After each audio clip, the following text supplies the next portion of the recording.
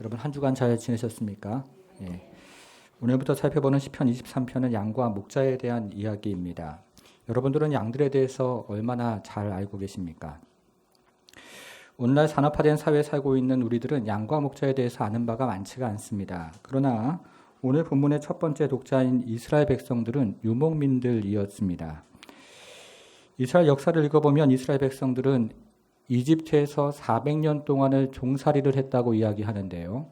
이스라엘 백성들이 이집트에 내려갈 때 양을 데리고 내려갔고, 그리고 이집트에서 대대로 양을 치며 살아왔습니다. 그리고 이들이 이집트에 나와서 광야에서 40년 동안 생활을 할 때도 양을 치며 살아왔고, 가나안 땅에 들어가서도 여전히 양을 치며 살아갔습니다. 이렇게 오늘 본문의 배경이 되는 양과 목자의 이야기는 이스라엘 백성들에게는 매우 익숙한 이야기였던 것입니다. 그런데 오늘 본문은 이 양과 목자를 비유적으로 이야기를 하는데 양을 우리 인생에다가 비유를 하고 그리고 목자를 하나님으로 비유를 합니다. 이것을 오늘 본문에서 좀 더 자세하게 생각을 해보겠습니다. 주보 3면에 말씀 노트가 있는데요. 이제 본론을 함께 보겠습니다. 첫 번째는 목자는 푸른 풀밭으로 인도합니다. 하나님께서 푸른 풀밭으로 인도하십니다. 하는 내용입니다. 하나님께서 푸른 풀밭으로 인도하십니다. 먼저 2절 상반절을 한번 보겠습니다. 2절 상반절을 보니까 그가 나를 푸른 풀밭에 누이시며 이렇게 이야기를 합니다. 여기서 누이시며라는 말씀은 양들이 푸른 풀밭에 눕는 것을 인생을 빗대어서 이야기하고 있는데요. 여러분, 그런데 양들은 매우 예민한 짐승이기 때문에 좀처럼 땅에 잘 눕지를 않습니다. 이것을 동아프리카 선교사로 태어난 필립 켈러라는 양을 8년 동안 쳤던 필립 켈러라는 사람이 이렇게 이야기를 합니다. 몇 가지 이유를 말씀을 드릴 테니까 한번 잘 들어보십시오. 첫째는 양들이 겁에 질려서 두려움에 사로잡히면 양들은 땅에 눕지를 않습니다. 양들은 매우 소심하고 겁을 잘 먹어서 길을 잃어버린 토끼가 덤불에서 불쑥 튀어나오면 도망을 치기도 하고, 그리고 일이나 승냥이가 닥칠 기미만 보여도 도망을 치는데, 이때 새끼를 베고 있는 암양은 새끼를 베고 있는 그것을 이기지 못해서 유산을 하는 경우가 많다고 합니다. 그런데 양들의 문제점은 자기가 가지고 있는 방어 수단이 거의 없다는 것입니다. 위험에 처했을 때 도망을 치는 것 말고는 다른 방법이 거의 없습니다. 여러분, 그러면 이 양들이 두려움에서 벗어나는 길은 무엇일까요? 양들이 두려움에서 벗어나는 유일한 길은 목자가 나타나는 것입니다. 양들은 목자를 보면 이내 평안을 되찾고 목자의 목소리만 들어도 평안을 되찾는 것입니다. 둘째는 양들은 집단 안에서 불화가 생기면 눕지를 못합니다. 여러분, 모든 동물 세계 안에는 지배 질서라는 것이 있습니다. 저희 부모님이 양계장을 했었는데요. 양들에게는 쪼는 순위가 있습니다. 그리고 소들에게는 들이받는 순위가 있습니다. 소들에게는 들이받는 순위가 있습니다. 이것은 양들도 마찬가지인데 양들에게는 부딪히는 순위가 있습니다. 일반적으로 양들의 세계에서 늙은 암양은 우두머리 양이 됩니다. 이때 우두머리 양이 다른 양들이나 어린 양들의 머리로 부딪혀서 푸른 풀밭을 차지를 하고, 이 우두머리 양을 따르는 다른 양들이 자기보다 약한 양들을 들이받아서 푸른 풀밭을 차지하기도 합니다. 그런데 다른 양이 즉시 일어나서 방어태세를 갖추면 우두머리 양이 단단히 화가 나서 자기가 가지고 있는 단단한 뿔로 들이받기를 시작을 하는 것입니다. 이렇게 양떼 내부에서 싸움이 계속되면 양들은 신경이 굉장히 예민해져서 체중이 줄어들고 그리고 땅바닥에 더 이상 눕지를 않게 됩니다. 여러분, 그러면 양들은 어떻게 안정을 취할 수 있을까요? 이때에도 목자가 나타나는 것입니다. 양들은 목자가 나타나면 싸움을 그치고 이내 평안을 되찾는다고 합니다. 자, 이제 세 번째는요. 양들은 초파리가 나타나면 눕지를 못합니다. 여름철이 되면 양들 주변에 초파리와 같은 해충들이 달라붙는데, 그러면 양들은 그때부터 신경이 극도로 예민해져서 땅바닥에 눕지를 못하는 짐승입니다.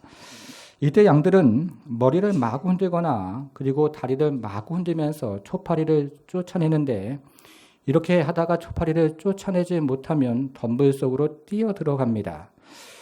여러분, 그러면 어떻게 이런 양들을 또 안정을 취할 수 있게 만들 수가 있습니까? 이때에도 답은 목자가 나타나는 것입니다.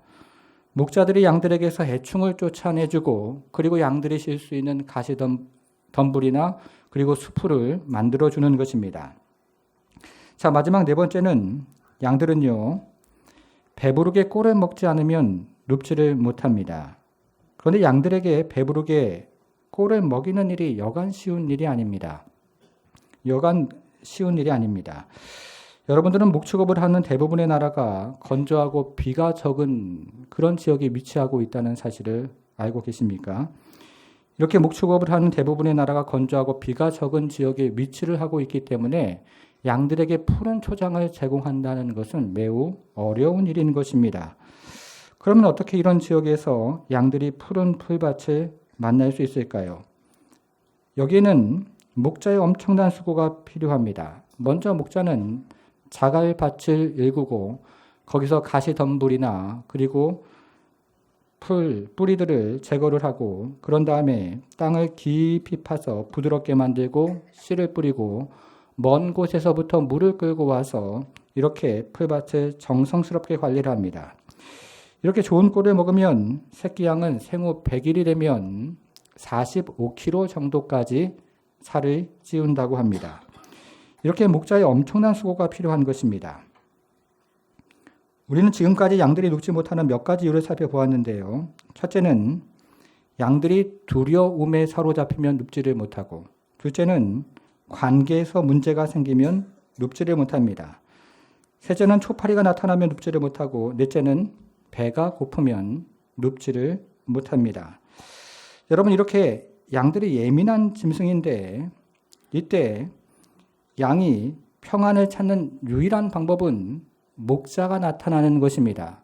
다른 방법은 없습니다. 오직 목자가 나타날 때 양들은 평안을 경험하는 것입니다. 여러분, 그런데 이것이 우리의 인생과 굉장히 비슷하다는 것입니다. 우리 인생도 인생을 살다 보면 평안이 깨질 때가 있습니다. 두려움에 사로잡혀서 평안이 깨질 때가 있고 관계에 문제가 생겨서 평안이 깨질 때가 있습니다. 그리고 환경에 문제가 생겨서 평안이 깨질 때도 있고 그리고 무언가 채워지지 않아서 평안하게 잠을 자지 못할 때가 있다는 것입니다. 우리도 양과 같다는 것입니다. 여러분, 그러면 이와 같은 인생, 우리 인생에게 정말 필요한 것은 무엇일까요? 목자가 필요한 것입니다. 우리에게 필요한 것은 우리를 인도하는 목자인 것입니다. 성도 여러분, 여러분들에게는 목자가 있습니까? 그런데 우리가 읽은 시편 23편 중에서 가장 오해하기 쉬운 단어는 푸른 풀밭이라는 단어입니다. 여러분, 우리가 푸른 풀밭이라는 말을 들으면 우리는 대개 뉴질랜드에서요, 이렇게 양떼 목장에서 푸른 풀밭이 지평선까지 쭉 펼쳐져 있는 그런 것을 머릿속에 연상을 합니다. 그러나 시편 23편의 배경이 되는 이스라엘에는 이런 푸른 풀밭이 없습니다. 실제로 여기에 사용된 푸른 풀밭이라는 말은 데슈에라는 히브리 말을 번역한 것인데 이 말의 정확한 의미는 푸른 풀밭이라는 말이 아니고 그냥 풀밭이라는 뜻입니다. 그러니까 이스라엘에는 풀이 듬성듬성 나는 광야와 같은 풀밭이 있는 것입니다. 푸른 풀밭이 쭉 펼쳐져 있는 그런 뉴질랜드와 같은 풀밭이 있는 것이 아니고 풀이 듬성듬성 나 있는 황량한 광야가 끝없이 펼쳐져 있는 것입니다. 그런 풀밭이라고 이야기를 지금 하고 있는 것입니다. 여러분, 그런데 성경은 이와 같은 광야를 종종 우리 인생에 빗대어 이야기하거나 그리고 우리 인생에 찾아오는 고난에 빗대어서 이야기를 합니다. 이것은 지금 오늘 시편을 적고 있는 다윗의 인생도 마찬가지였습니다. 다윗은 20대 시기를 현상금이 붙어있는 지명수배자로 광야에서 살았습니다. 어린 나이에 하나님의 택하심을 입었고 그리고 하나님의 기름 부음을 입어서 왕으로 선택이 되었습니다. 그리고 다윗은 사울의 궁전으로 들어가서 많은 사람들의 총애를 받았고 블레셋으로부터 족을 구해내서 국민적인 영웅이 되었습니다. 그런데 다윗의 이런 모든 업적에도 불구하고 다윗은 광야로 쫓겨나서 겨우 목숨을 연명하는 그런 광야의 인생을 살아갔던 것입니다. 정확한 연대는 알 수 없지만 다윗은 대략 10년 정도 광야에서 도망자 신세로 살았는데요. 이 유대 지역에 있는 광야란 광야는 모두 그가 돌아다녔던 것입니다. 이렇게 성경은 우리의 인생을 광야로 빗대어 이야기하기도 하고, 그리고 우리 인생의 고난을 광야로 빗대어 이야기하기도 합니다. 여러분, 그러면 다윗의 광야에서 경험한 것은 무엇일까요?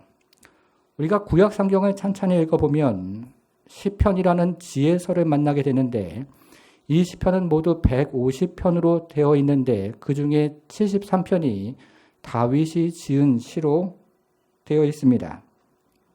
그런데 이 시편을 자세히 읽어보면 다윗이 광야에서 피난처를 경험했다는 이야기로, 그런 내용으로 가득 차 있는 것을 보게 됩니다. 그래서 피난처라는 말이 시편 2편에서 시작을 해서 시편 142편에 이르기까지 무려 37차례에 거쳐서 피난처라는 말이 계속해서 등장을 하는 것을 보게 됩니다.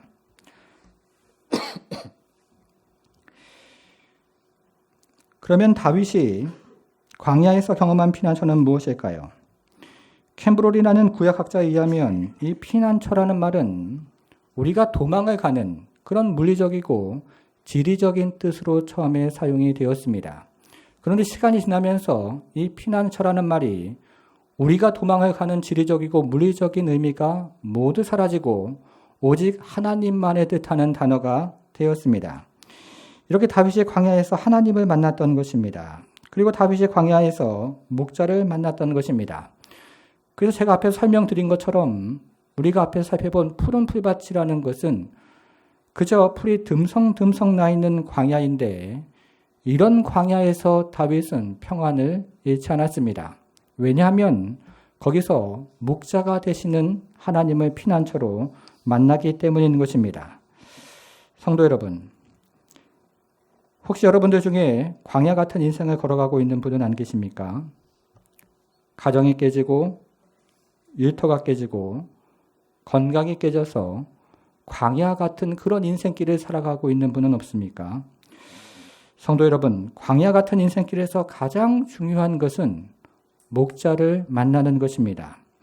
깨어진 가정을 돌봐주고 깨어진 일터를 돌봐주며 그리고 깨어진 건강을 돌봐주는 목자를 만나는 것입니다. 여러분들은 이와 같은 목자가 있습니까? 두 번째를 보겠습니다. 두 번째는요, 하나님께서 쉴 만한 물가로 인도하십니다. 목자는 쉴 만한 물가로 우리를 인도하는 것입니다. 이제 2절 하반절을 한번 보겠습니다. 2절 하반절에 보니까요, 쉴 만한 물가로 인도하시는도다, 이렇게 얘기를 합니다. 여러분, 양의 몸은 70%가 수분으로 이루어진 짐승인데요. 이 양들이 어디서 깨끗한 물을 얻을 수 있을까요? 보통의 경우 양들은 세 가지 수원에서 깨끗한 물을 얻는데, 첫째는 풀잎에 맺힌 이슬이고, 둘째는 깊은 우물이며, 그리고 세 번째는 흐르는 시냇가에서 깨끗한 물을 얻습니다. 그런데 양이 깨끗한 물을 찾아내지 못하면 세균이나 기생충들이 득실거리는 오염된 웅덩이 물을 마시게 됩니다. 그러면 양은 이내 병에 걸리고 죽게 되는 것입니다. 그리고 이것은 우리의 영혼도 마찬가지입니다. 이것을 예레미야 선지자는 이렇게 이야기합니다. 예레미야 2장 13절 화면에 나타나는데요. 같이 한번 읽어보겠습니다. 시작. 내 백성이 누가 죄악을 행하여 그들이 생수의 근원되는 나를 버린 것과 스스로 웅덩이를 판 것이며 그것은 그 물을 가두지 못할 터진 웅덩이들이니라. 예레미야 선지자는 지금 이스라엘 백성들이 오염된 웅덩이 물을 마셔서 영혼이 병들어가고 있다고 그렇게 경고를 하고 있습니다. 여러분, 그러면 여기서 이야기하는 웅덩이의 1차적인 의미는 무엇일까요? 당시 이스라엘 백성들은 우기에 내리는 빗물을 저장하기 위해서 바위를 파서 물을 저장했습니다. 그런데 이스라엘 지역은 지진이 자주 발생하는 지역이었기 때문에 바위의 바닥이나 그리고 벽에 자주 금이 가서 무드를 제대로 가둘 수가 없었습니다. 더군다나 금이 간 바닥이나 벽이 자주 진흙을 발라서 물을 담근다고 해도 시간이 오래 지나면 이 물이 오염된 웅덩이 물이 되었던 것입니다. 그러면 오염된 웅덩이 물을 마시면 어떻게 되었을까요? 2014년도 서울에서 3살짜리 아이가 실종되는 사건이 있었습니다. 당시 이 사건을 맡았던 서울의 강서경찰서의 경찰들이 이 사건을 해결하는 과정에서 용인에 있는 한 빌라를 급습을 했습니다. 그런데 이렇게 용인에 있는 한 빌라를 급습하다가 깜짝 놀랐는데, 왜냐하면 수사의 단서가 될 만한 정보를 찾으러 들어갔는데 깨끗하게 정돈된 집에서 10마리 정도의 진돗개가 돌아다니는 것을 보았기 때문입니다. 그런데 이 진돗개가 너무나 잘 먹고 잘 살아서 털에는 윤기가 났고 이 집안에는요, 이 진돗개를 태우는 유모차가 있었다고 합니다. 이 빌라에서는 10명 정도의 사람들이 진돗개를 극진히 돌보고 있었는데 이 사람들은 진돗개를 사랑하는 사람들이라는 단체의 회원들이었습니다.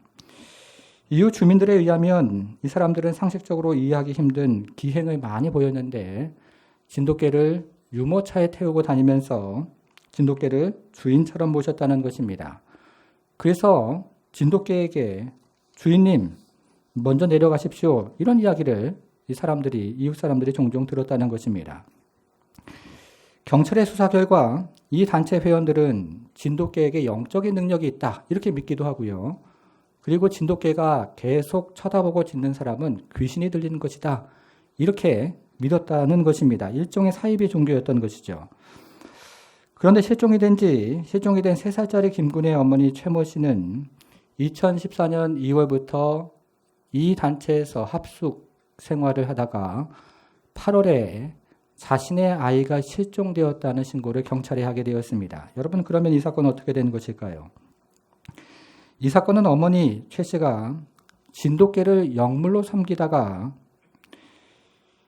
아들을 구타해서 죽인 사건이었습니다.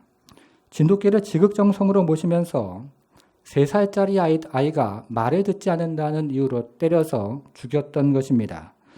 여러분, 이런 것이 바로 오염된 웅덩이 물을 먹고 영혼이 죽어가는 바로 그런 것입니다.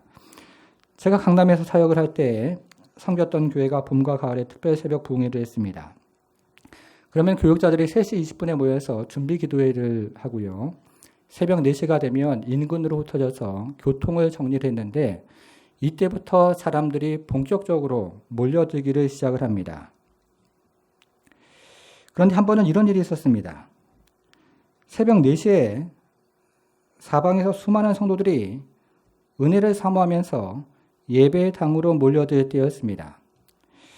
그 인근에 유흥업소에서 술을 마시던 일단의 사람들이 있었습니다. 그런데 주변 유흥업소에서 술을 마시던 이 사람들이요, 수많은 사람들이 한꺼번에 어디서 나타나가지고 한쪽 방향으로 쭉 가는 것을 보다가 저쪽에 굉장히 큰 유흥업소가 하나 새로 생겼나 보다, 이렇게 생각을 하고서 그 사람들을 따라가다가 그만 예배당 안까지 들어오게 되었습니다. 그래가지고요, 은혜를 받고 갔다는 전설적인 이야기가 있습니다. 여러분, 혹시요, 이 새벽 3시 그리고 새벽 4시에 강남의 뒷골목을 다녀본 적이 있습니까? 한마디로 불야성입니다. 이 성과 하룻밤을 즐기기 위해서 유흥업소를 찾아다니는 사람들이 그렇게 많고 술을 마시고 여기저기서 비틀비틀 거리면서 돌아다니는 사람들이 그렇게 많습니다. 영혼 깊은 곳에 있는 공허함을 쾌락으로 채우려고 하고 영혼 깊은 곳에 있는 공허함을 술로 채우려고 하지만 그 공허함을 채울 수가 없는 것입니다. 영혼의 목자를 만나야 하는 것인데 영혼의 목자를 만나지 못해서 이리 비틀 저리 비틀 돌아다니는 수많은 영혼이 있다는 것입니다. 성도 여러분, 여러분들은 영혼의 목자가 있습니까? 이제 김남주 목사님의 책에 있는 몇 사람의 이야기를 들으면서 적용을 한번 해보도록 하겠습니다. 김남주 목사님이 섬기던 교회에서 학생들을 데리고 말씀 집회를 가진 적이 있었습니다. 그런데 그 집회 마지막 날에 다 같이 서서 기도를 하다가 한 자매가 그 자리에서 풀썩 쓰러지는 일이 일어났습니다. 그래서 목사님이 달려가 보니까 엄청나게 땀을 뻘뻘 흘리면서 통곡을 하고 있더라는 것입니다. 성령께서 강력하게 회개를 시키셨는데, 그런데 이것은 평범한 회개가 아니고 영적인 체험을 동반하는 그런 성령께서 하시는 그런 종류의 회개였습니다. 그래서 이 목사님이 자매를 한쪽 구석으로 눕게 했습니다. 그런데 이 자매는 여전히 인사불성이 된 사람처럼 계속 땀을 뻘뻘 흘리면서 그 자리에 누워서 계속해서 통곡을 하고 있었습니다. 그래서 한참 시간이 지난 후에 목사님이 자매에게 이렇게 물었습니다. 하나님과의 관계에서 무언가 깊은 원망이 있었구나. 무슨 사연인지 한번 말해보렴. 이렇게 이야기를 했습니다. 이 말을 들은 자매가 다시 한번 대성통곡을 하더니 이렇게 이야기를 합니다. 목사님, 하나님을 용서할 수가 없어요. 하나님을 용서할 수가 없다는 것입니다. 여러분, 도대체 이 자매에게 무슨 일이 있었던 것일까요? 이 자매가 털어놓은 사연은 이렇습니다. 어느 방학 때에 시집을 간 언니가 첫째 아기를 낳아서 그 아기를 보려고 그 언니네 집을 방문한 적이 있었습니다. 이렇게 언니 집을 방문했던 어느 날 언니가 잠깐 볼 일이 본다고 하면서 이 갓난아기를 이 자매에게 돌봐달라고 부탁을 하고 잠시 집을 비웠습니다. 이제 아기는 이불 위에 엎드려 놀고 있었고 이 자매는 그 아기를 돌보면서 옆에서 누워 있었는데 이 아기를 돌보다가 그만 깜빡 잠이 들어버렸던 것입니다. 여러분, 얼마의 시간이 지났을까요? 느낌이 이상해서 눈을 떠보니까 갓난아기가 목을 쳐들 기운이 없었던지 이불에 얼굴을 푹 파묻고 엎드려져 있었습니다. 크게 놀란 이 자매가 아이를 바로 눕혔는데 이미 이 아기가 질식이 되어 있었고 정신을 잃어버렸습니다. 그래서 이 자매가 이 아기를 듣고 급한 마음을 가지고 병원으로 달려가기를 시작했습니다. 그러면서 있는 힘을 다해서 하나님에게 부르짖었습니다. 하나님 아버지, 제발 이 아이만은 살려주세요. 제발 이 아이만은 살려주세요. 그러나 병원에 도착했을 때 이 아이는 이미 죽었습니다. 그 후로 이 자매가 집안에서 받은 상처는 말하지 않아도 충분히 짐작할 수가 있을 것입니다. 이렇게 장례를 치르고 시간이 지나면서 가족들의 마음속에 있는 상처도 이제 차츰차츰 암으로 가는데 이 자매의 마음 가운데 있는 상처는 점점 커져만 갔던 것입니다. 하나님을 절대로 용납할 수 없다는 마음이 생긴 것입니다. 이것이 바로 이 자매가 그렇게 오랜 세월 동안 하나님의 사랑을 경험하지 못했던 이유가 되었습니다. 여러분, 우리가 인생을 살다 가다 보면 우리 모두에게는 크고 작은 상처가 있습니다. 그런데 그 상처보다 더 큰 것이 하나님의 사랑이라는 것입니다. 그런데 상처가 너무 커서 이 사랑을 받아들일 수가 없었던 것입니다. 여러분, 그러면 우리는 이 하나님의 사랑을 어떻게 깨달을 수가 있겠습니까? 원인을 알 수 없는 이상한 병에 걸린 한 중년 신사가 있었습니다. 여러 병원을 찾아다니면서 유명하다는 의사는 다 만나보았지만 신경성 질환이라는 진단 외에는 별다른 소견이 없었습니다. 낮이 되면 불안해가지고요, 초조해서 무언가가 손에 잡히지 않았고 밤이 되면 누군가가 자기를 쫓아와서 목을 조른다는 생각 때문에 밤잠을 좀처럼 이룰 수가 없었습니다. 늘 불안해서 안절부절하는 인생이었고 급기야는 오랜 동안 다니던 회사도 그만두어야 하는 상황이 되었습니다. 그러던 어느 날 그의 처지를 딱하게 여긴 친구가 신실한 기독교인 정신과 의사를 만나도록 주선을 해주었습니다. 그가 병원에 찾아가서 만난 의사는 매우 젊은 사람이었는데 근데 매우 친절하고 매우 겸손한 사람이었습니다. 그래서 이 사람은 그 의사를 만나자마자 자기 마음 가운데 있는 그런 상태와 자신의 증세에 대해서 1시간가량을 이야기하기를 시작했고 이 이야기를 오랜 동안 들었던 의사는 자리에서 벌떡 일어나더니 매우 확신된 어조로 그 병은 고칠 수가 있습니다. 이렇게 이야기를 해 주었습니다. 선생님, 아무 염려하지 마십시오. 그 병을 제가 꼭 고쳐드리겠습니다. 지금까지 많은 의사를 만나보았지만 애매모호한 진단을 했고 그리고 약을 처방해 주었으며 그리고 지금까지 오랜 시간 동안에 처방이 그리고 진료가 필요하다고 이야기하면서 애매모호한 진단만을 해주었을 뿐인데 이 젊은 의사는 확신에 찬 어조로 이 병을 고칠 수 있다고 분명하게 이야기를 해 주었던 것입니다. 그래서 그는 의사에게 이렇게 물었습니다. 선생님, 입원을 해야지요. 그러나 의사는 대답을 하지 않고 고개를 저으면서 무언가 열심히 적고 있었습니다. 그래서 다시 한번 묻습니다. 선생님, 그럼 약을 타가야 되나요? 이번에도 의사는 대답을 하지 않고 다시 한번 고개를 가로저으면서 무언가를 열심히 적고 있었습니다. 잠시 후에 의사는 봉함된 하얀 봉투를 환자에게 내밀면서 이렇게 이야기를 합니다. 선생님이 가지고 있는 병은 웬만한 약으로는 고칠 수가 없는 질병입니다. 제가 매우 귀한 약을 처방했으니 지시대로 지어서 복용을 하십시오. 그런데 약국에 가기 전에 먼저 오늘 밤 조용한 시간을 내어서 이 처방전을 또박또박 읽어보시기를 바랍니다. 그래서 이 환자는 그날 밤에 온 가족이 잠든 사이에 그 처방전을 꺼내서 읽기를 시작을 했습니다. 그런데 매우 뜻밖에도 이런 내용이 그 안에 들어가 있었습니다. 약의 내용, 약의 이름, 구약, 약의 이름, 시편 23편, 용법 및 용량, 하루 5차례 식전이나 식후에 물 없이 천천히 씹어서 드십시오. 기타 상황, 꾸준히 장기 복용을 해야 뚜렷한 효과를 볼 수 있습니다. 여러분, 이 처방전을 읽은 환자의 마음이 어떻겠습니까? 이 환자는 매우 분노했습니다.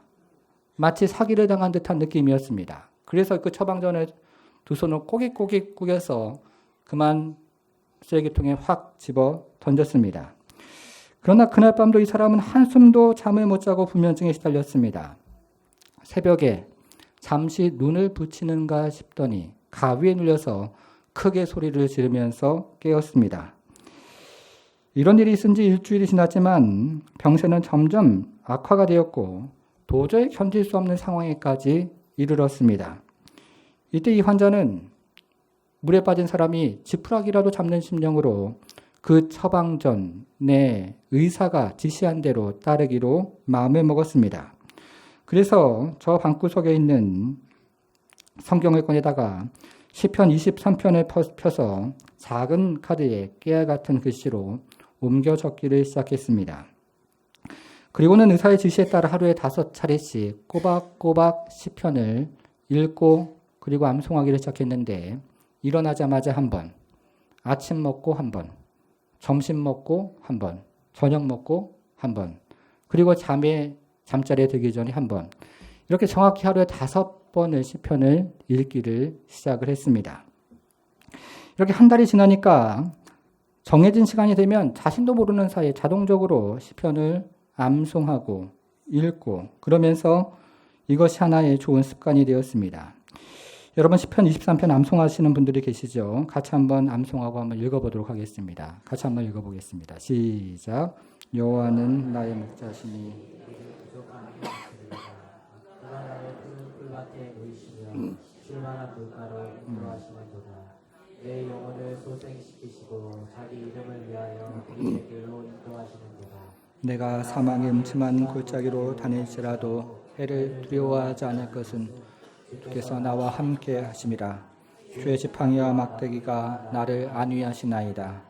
주께서 내 원수의 목전에서 내게 상을 차려주시고 기름을 내 머리에 부으셨으니 내 잔이 넘치나이다. 내 평생의 선하심과 인자하심이 반드시 나를 따르리니 내가 여호와의 집에 영원히 살리로다. 아멘. 이렇게 시편 23편을 암송하는 어느 날 이른 아침이었습니다. 그날은 이 시의 첫 줄을 암송하는 순간부터 심령이 크게 무너져 내리는 충격적인 경험을 했습니다. 가슴속에 있던 어떤 무거운 응어리가 흐물흐물 풀어지는 것 같더니 안에서부터 뜨거운 무엇인가가 올라오는 것을 느꼈습니다. 그리고 영혼 깊은 곳에서 일찍이 경험해 본 적이 없는 통곡이 터져 나오기를 시작했습니다. 마치 낡은 콘크리트 건물이 무너져 내리는 것처럼 하나님을 떠나 살아왔던 자신의 교만과 그리고 자신의 아집이 한꺼번에 무너져 내리는 것을 경험하면서 자신이 어떤 사람인가를 하나님 앞에 바라보게 된 것입니다. 한때 사회에서 촉망받는 사람이었고 스스로 유능한 사람이라고 생각했지만 사실은 하나님을 떠나 있는 아주 불쌍한 인생이라는 사실을 깨닫게 된 것입니다. 목자가 없는 자신의 모습을 보게 되었고 인생의 길을 잃어버린 자신의 모습을 보게 되었으며 영원히 돌아갈 집이 없다는 자신의 모습을 보게 된 것입니다. 그리고 지금 읽은 것은 시편 23편인데 이 시편 23편을 읽으면서 자신의 독생자를 내어주신 하나님 아버지의 그 큰 사랑을 경험하게 된 것입니다.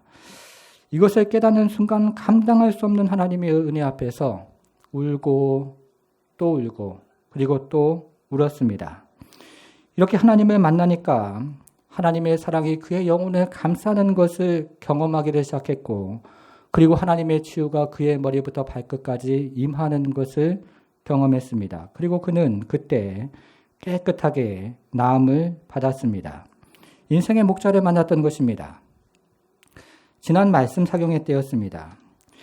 평상시에 좀처럼 잠을 이루지 못했던 한 집사님이 이런 문자를 보내왔습니다. 목사님, 이번 사경회를 계기로 하나님이 분명 살아계셔서 역사하시는 것을 경험했습니다. 하나님께 감사를 드리고 또 교육자들의 사랑의 기도가 얼마나 감사한지 어제는 요즘 들어 꽤 많은 잠을 이루었습니다. 강사 목사님의 말씀도 너무 좋으시고 은혜로운 시간이었습니다. 기도 시간에는 얼마나 눈물이 앞을 가리던지 하나님은 그래도 저 같은 사람까지도 불쌍히 여기신다는 그런 사실을 깨달았습니다. 감사합니다. 여러분 얼마나 이분께서 기도를 은혜로 하셨던지 나가실 때 보니까 눈시울이 붉어졌던 것을 보게 됩니다. 인생의 목자를 다시 경험한 것입니다.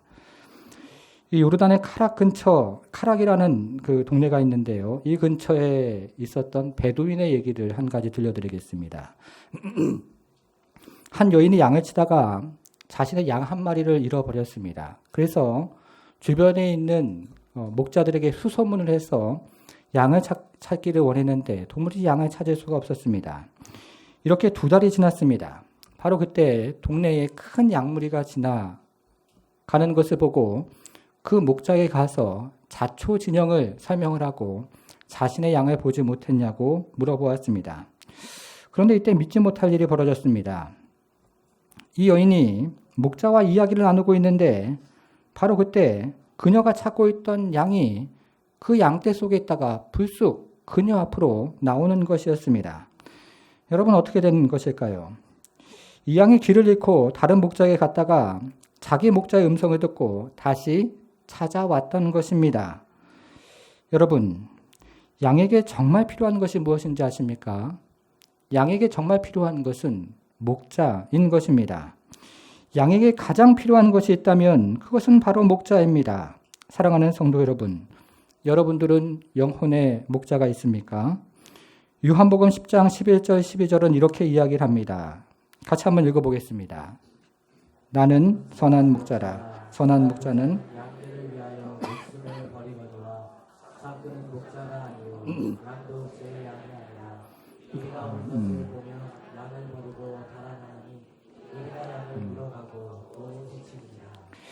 여러분 선한 목자가 무엇일까요? 우리는 보통 자기 목숨을 걸고 양떼를 지키는 목자가 선한 목자이고 자기 목숨을 위해서 양떼를 버리고 도망가는 목자를 삭군 목자라고 그렇게 이야기를 하는데요. 그것은 오해입니다. 여러분 현실적으로 한번 생각을 해보겠습니다. 여러분들이 지금 양을 치는 목자라고 한번 생각을 해보십시오. 그런데 저 멀리서 아주 사나운 사자가 한 마리 등장을 합니다. 여러분 그러면 그 자리에서 계속해서 양떼를 지키시겠습니까? 아니면 도망을 가시겠습니까? 어떻게 하시겠습니까? 마음속으로 한번 대답을 한번 해보십시오. 제 생각에는 도망을 가는 것이 맞습니다. 여러분 양 몇 마리 때문에요. 사람의 목숨을 버릴 수는 없는 노릇 아니겠습니까? 여러분들이 선한 목자라고 하더라도 양 몇 마리 때문에 목숨을 걸고 싸울 수는 없는 것입니다. 이렇게 아무리 선한 목자라고 할지라도 양을 위해서 죽지 않습니다. 이것이 당시 이스라엘이 가지고 있었던 탈무드의 규정이었습니다. 이리가 한 마리 나타날 때에는 도망가면 안 되지만 이리가 두 마리 이상 나타나면 도망갈 수 있다 하는 것이 당시의 탈무드의 규정이었던 것입니다. 여러분, 그런데 역사 이래로 양을 위해서 자신의 목숨을 버린 목자가 있는데요. 그분이 바로 예수님이었던 것입니다. 예수님은 양을 위해서 자기 자신의 목숨을 버린 그런 목자가 되었습니다. 그래서 예수님은 스스로를 선한 목자라고 이야기를 하고 있는 것입니다. 여러분들은 이런 선한 목자가 있습니까? 성도 여러분, 우리가 지금까지 내 힘을 의지하며 살아왔고 내 능력을 의지하며 살아왔지만, 그러나 지금부터 하나님을 의지하고 하나님을 신뢰하면 예수님께서 나의 목자가 되어주시는 것입니다. 내가 지금까지 탕자처럼 방탕한 삶을 살아왔고, 그리고 지금까지 탕자처럼 하나님을 멀리 하며 살아왔지만, 그러나 지금 예수님을 마음속에 모시면 예수님이 나의 선한 목자가 되어주신다는 말씀입니다. 사랑하는 성도 여러분, 하나님께서는 우리가 원하는 것 모든 것을 다 들어주시지는 않습니다. 그러나 하나님께서는 우리에게 필요한 것을 아시고 영광 가운데 공급해 주시는 줄을 믿는 것입니다. 그래서 다윗은 이렇게 이야기를 합니다. 여호와는 나의 목자시니 내게 부족함이 없으리로다. 그가 나를 푸른 풀밭에 누이시며 쉴만한 물가로 인도하시는도다. 사랑하는 성도 여러분, 예수님께서 여러분의 목자가 되어주시기를 바랍니다.